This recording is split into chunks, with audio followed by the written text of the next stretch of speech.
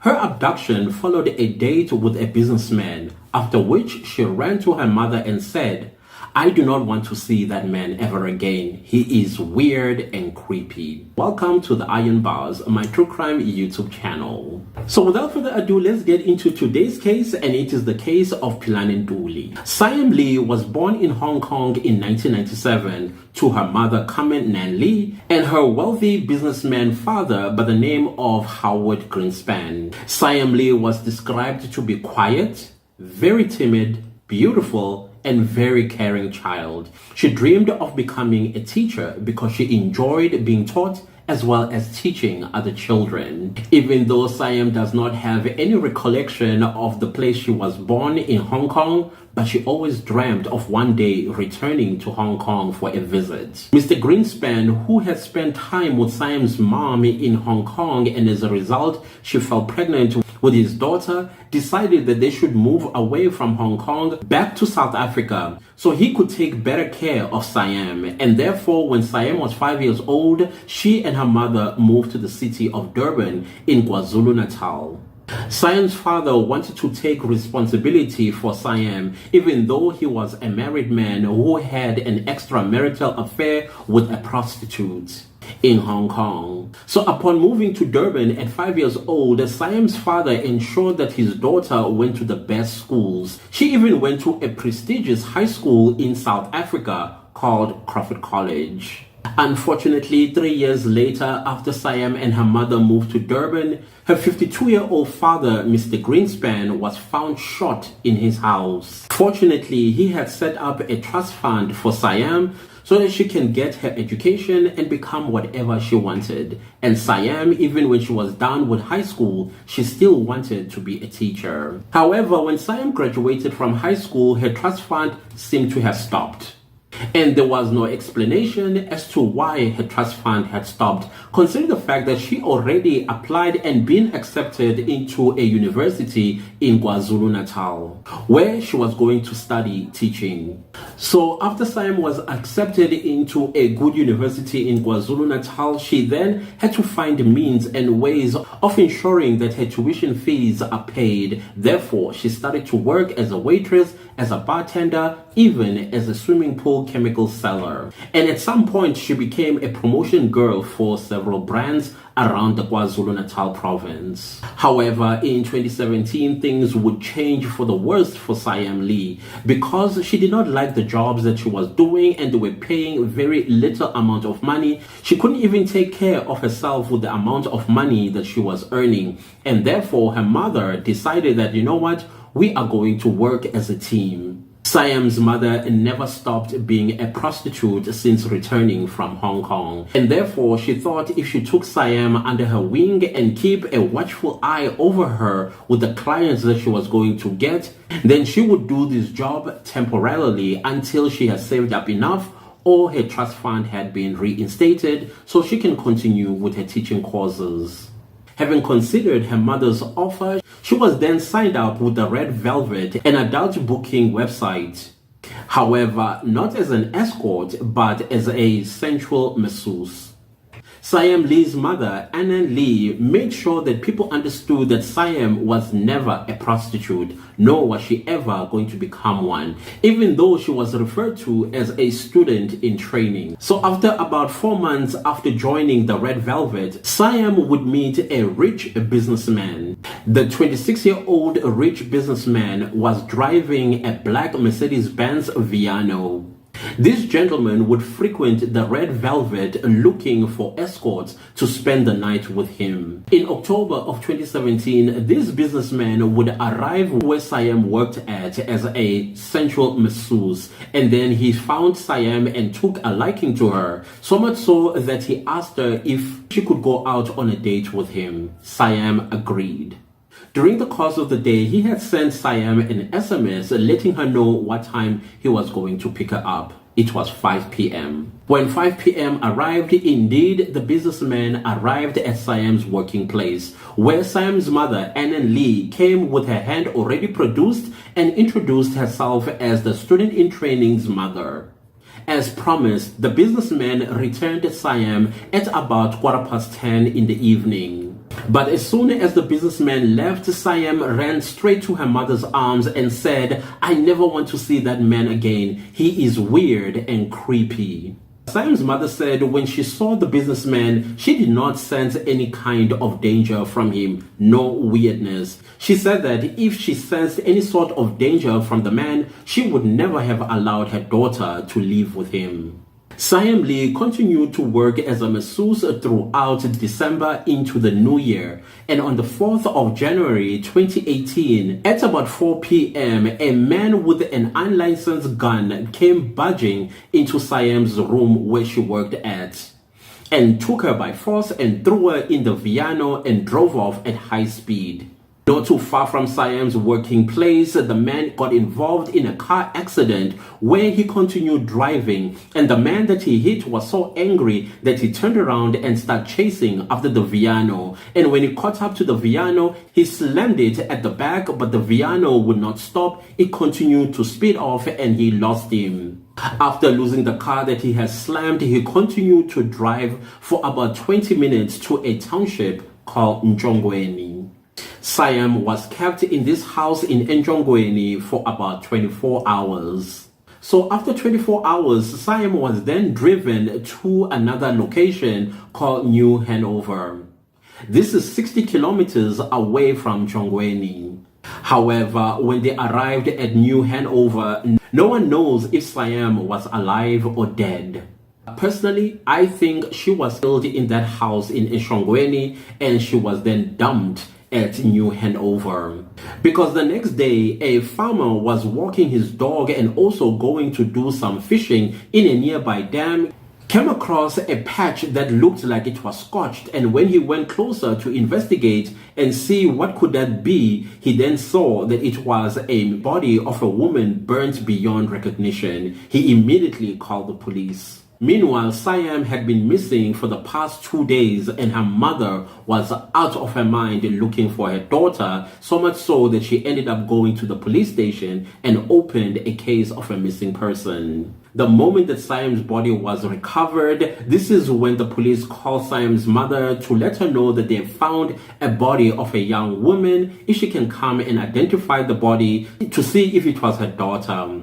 Immediately, Anan Lee arrived at this body that was already covered in fall blanket. When she saw the arm that was not touched by the fire, she immediately recognized it to be Siam Lee. Because Siam Lee, when she went missing, she had this nail polish that she loved and her mother knew that was Siam. However, they had to do a DNA test to ensure that indeed it was Siam. Even though Anan Lee was convinced that was her daughter, she was beside herself with grief. The next day, the news broke about the murder of Siam Lee, and the way that she was murdered got people in the province of KwaZulu-Natal up in arms, wanting to know when this perpetrator was going to be caught. So much so that even private investigators volunteered their services in searching for the monster that had done that to Siam Lee. Mind you, Siam Lee, when she was murdered, she was only 20 years old. So amongst the private investigators that were volunteering their services, a man by the name of Brad Nathanson, who is a private investigator, was then asked by Anan Lee to make sure that he caught the murderer of her daughter.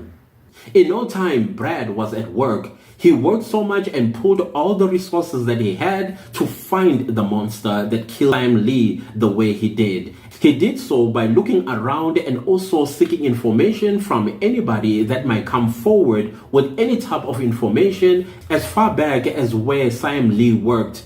This is when Brad got a call from a man who said he was hit by a black Mercedes-Benz Viano and the driver never stopped. He sped off and he could tell that he was onto something. That is when Brad started calling around insurance companies to see if anybody had launched a claim for their Mercedes-Benz Viano after getting involved in an accident, and he made a hit.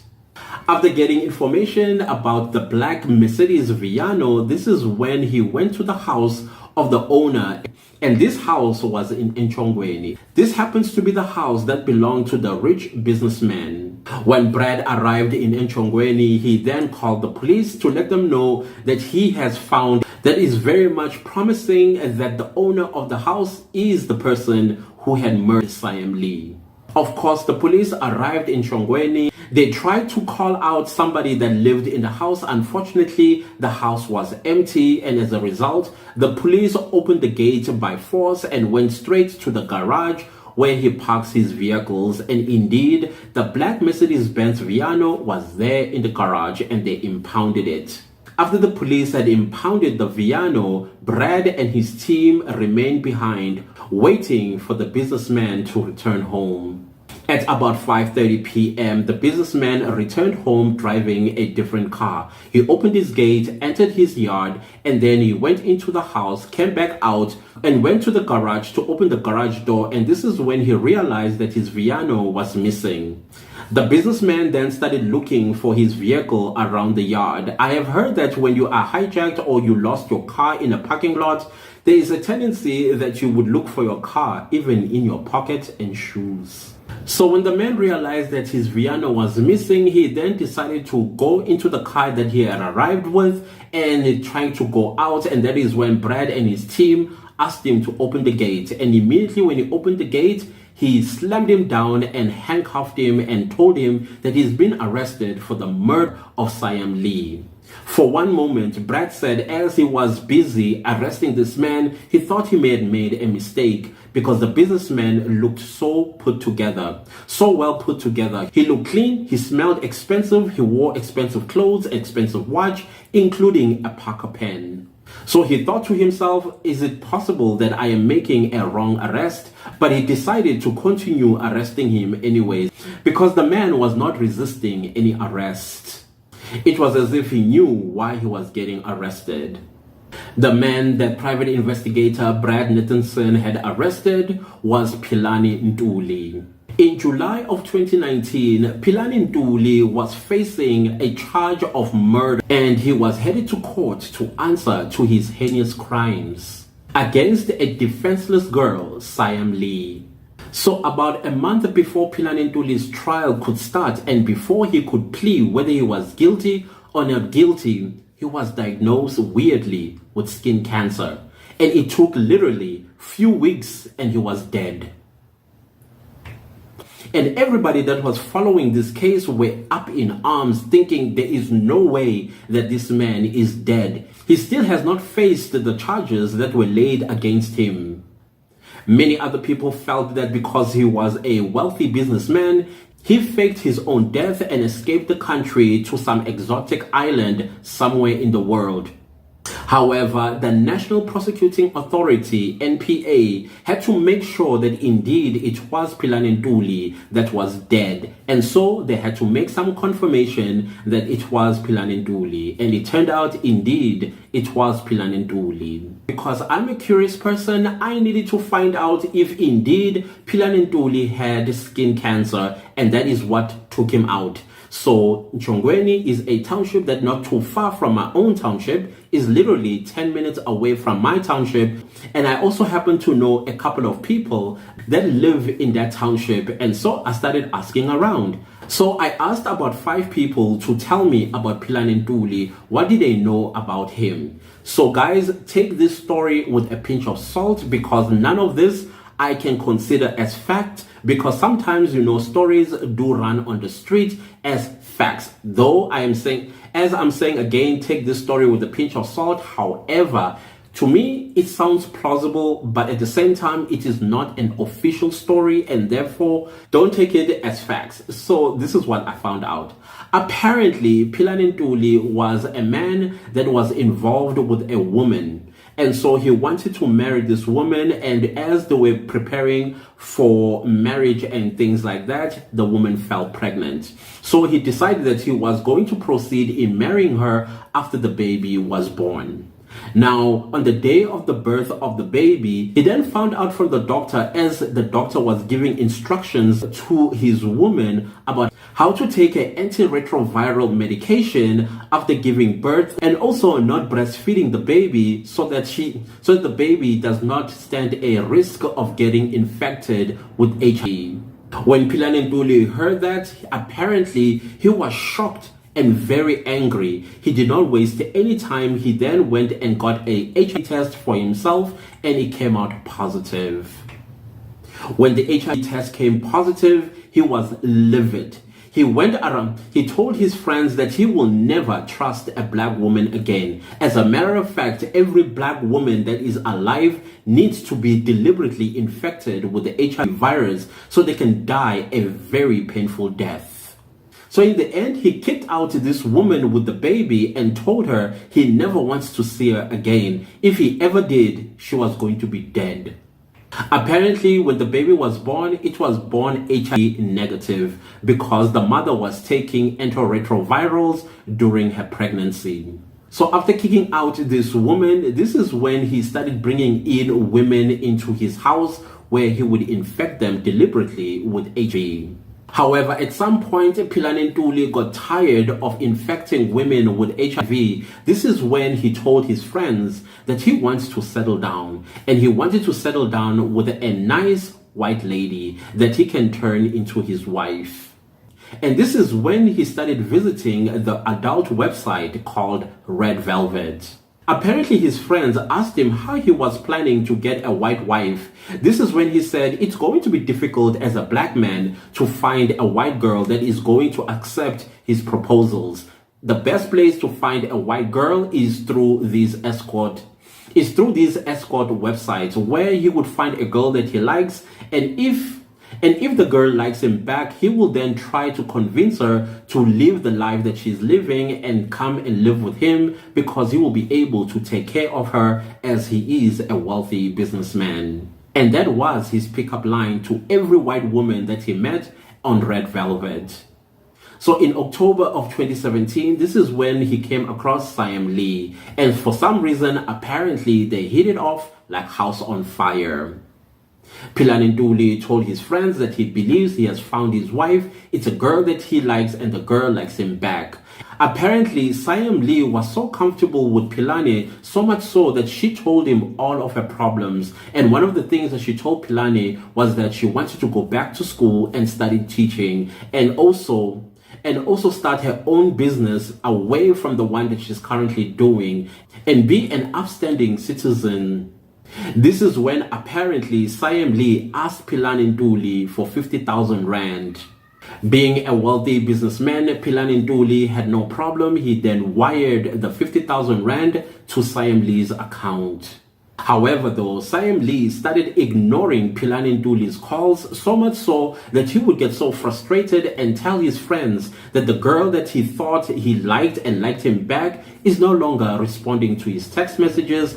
So like I said, guys, this story that I'm telling, taken with a pinch of salt, it is not an official statement from Philani Ntuli to the police. However, when he was arrested and taken to the police station, he did confess to his crime. He admitted that indeed he was responsible for the murder of Siam Lee and how sorry he was because that was not his intentions. As I've mentioned, when Philani Ntuli had passed on, he was out on a 40,000 rand bail and he had not pled anything yet, whether he was guilty or not guilty. And unfortunately, in South Africa, when you are arrested, you are innocent until proven guilty. So in this case, Philani Ntuli, and I hate to say this, he died an innocent man. But I am saying he did not die an innocent man because there is a confession from him. So according to Philani Ntuli's confession, he told the police that apparently he met Siam Lee, liked her, she liked him back, and they struck up some kind of a relationship where now and again they would go out on dates and they were getting closer and closer to each other. Siam Lee told him everything about her life and her future plans, and so much so that she was comfortable enough to borrow 50,000 rand from him, which he gave to her. After a while, Siam Lee stopped taking his calls. So this story is almost the same as the story that the people on the streets are talking about. That is why I'm saying It sounds a little bit plausible, even though it is not an official story. So after that, so he got so upset that he went to Siam Lee's working place, where he kidnapped her. He brought her home, and when he brought her to his house in Shongweni, he said they had a conversation, and Siam was not cooperating at all. When he asked for his 50,000 rand back, she said, you know what, I don't have your money. I have spent it on the things that I told you I was going to spend it on, and the profit for the business that she had set up was not forthcoming yet. When it started forthcoming, this is when she would pay him back. But Philani did not want to hear that. He wanted his money back because of Siam's attitude. So as they were talking, this is when Philani says he then grabbed Siam and then said, you are going to pay my money by sleeping with me for free. And he said he forced himself on her several times. And then after forcing himself on her, this is when she looked at him and said, it doesn't matter what you do to me. Whether you release me or you do whatever, I will still go straight to the police and tell them that you kidnapped me and you also forced yourself on me. Upon hearing that, Philani said he got scared. And so he came up with a plan to strangle her. So as he was busy strangling her, her feet were shaking, basically tweaking or something like that. He said he did not like that. It made him feel bad. So he stopped. Siam seemed not moving, so he thought maybe she had passed out. So he went into his bedroom, got a blanket and a hammer, covered her face and began to pound on her face several times. She still twitched, and he said he thought by hitting her on the head, she was not going to twitch. At this point in time, he was already in tears, feeling bad for what he had done. He said, I did not intend on killing her, but at the same time, I did not want to go to jail if I released her and she went to the police. He said after killing her, he then took her to a township called Kitteridge. But there in Kitteridge, there were too many people, so he could not dump the body there because witnesses were going to come forward and point him out. So he then decided that he was going to drive on the opposite direction, going to New Hanover because it was a sugarcane field. So not too far from the main road, he then dumped her body. He said that after dumping her body, he then doused it with gasoline and set it alight, and then he walked away. Philani Ntuli said he was shocked when he saw the police arresting him because he never thought that the police were going to link Siam Lee's body with him, considering the fact that the body would have been found in the opposite direction of his house. However, he did not count on the car that he hit and ran. That's the reason why he's now arrested. So when Philani Ntuli had passed on, the police believed that they had a very strong case against him. The 9 charges that were leveled against him were too strong for him not to be convicted and given a heavy sentence for each of the crimes that he was charged with. Among them were kidnapping, murder, possession of an unlicensed firearm, defeating the ends of justice, and also failing to report an accident. After Annan Lee had buried Siam Lee, she decided to leave the city of Durban and head to a different city and province in South Africa. I will not mention the province and the city's name for her own protection because there are some people who believe that she is responsible for the death of Siam Lee for introducing her to prostitution. Philani Ntuli was 30 years old when he died of skin cancer. It is truly sad for me that Siam Lee and her mother will never see justice for what had happened to Siam. Philani Ntuli was evil and obsessed businessman who needed to rot behind the iron bars. If you enjoyed this story, give it a like, subscribe to my channel if you have not subscribed yet, and don't forget to click the bell notification so that you get notified every time I upload a new video. Please do leave me a comment down below and let me know what you think of this case. Please share the video far and wide, and thank you so much for watching. I will see you next time with a new true crime story. Goodbye.